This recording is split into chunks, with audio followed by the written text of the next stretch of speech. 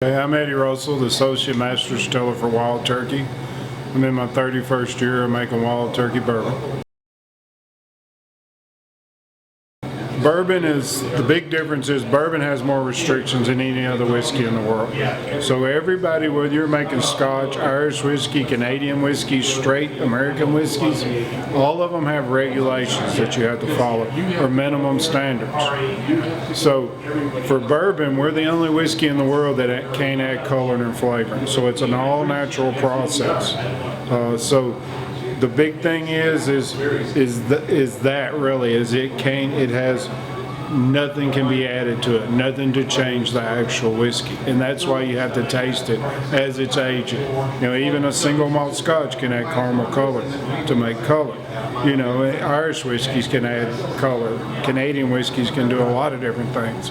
So a bourbon just has more restrictions than any other, and the big one is that you can't add anything to it except water to reduce the proof.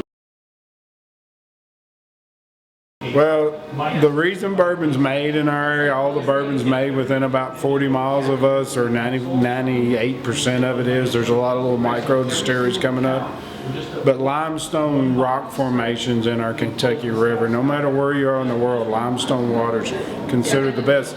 Limestone's a natural purifier to pull out hard metals like irons and stuff, which are very bad for your alcohol when you're making alcohol. So it's a pure form of water that takes those hard metals out of it. So yeah, we all use the Kentucky River water. I mean, the Kentucky River basically fed through spring water. I mean, on our property, we own about 800 acres. There's probably 20 springs.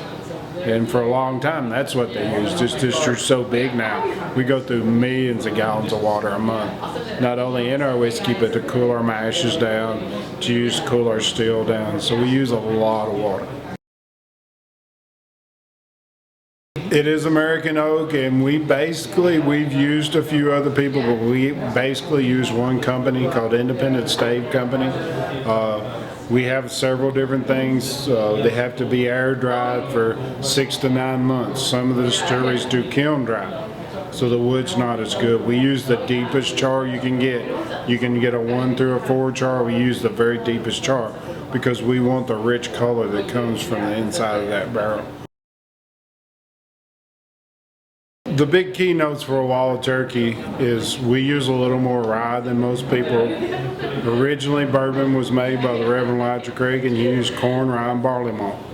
Now, the government regulation only states it has to be a whole kernel grain, so there are bourbons that doesn't use any rye, they use wheat. But at Wild Turkey, we like that spicy note that the rye gives you, so we use a little more rye than most anybody out there. The other thing is we distill at low proofs.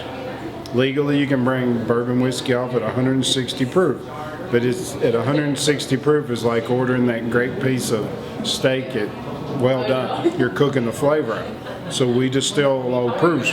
We barrel at low proofs. If you look at our barrel proof for our breed, it's been between 108 and 112. We barreled at 107 for years, which is very expensive to do because the barrel is the most expensive part. So that's the big thing. We don't get to add much water at the end like most people. Most people draw off at 160, bottle it at 80 after 4 or 5 years. So they double their output with water.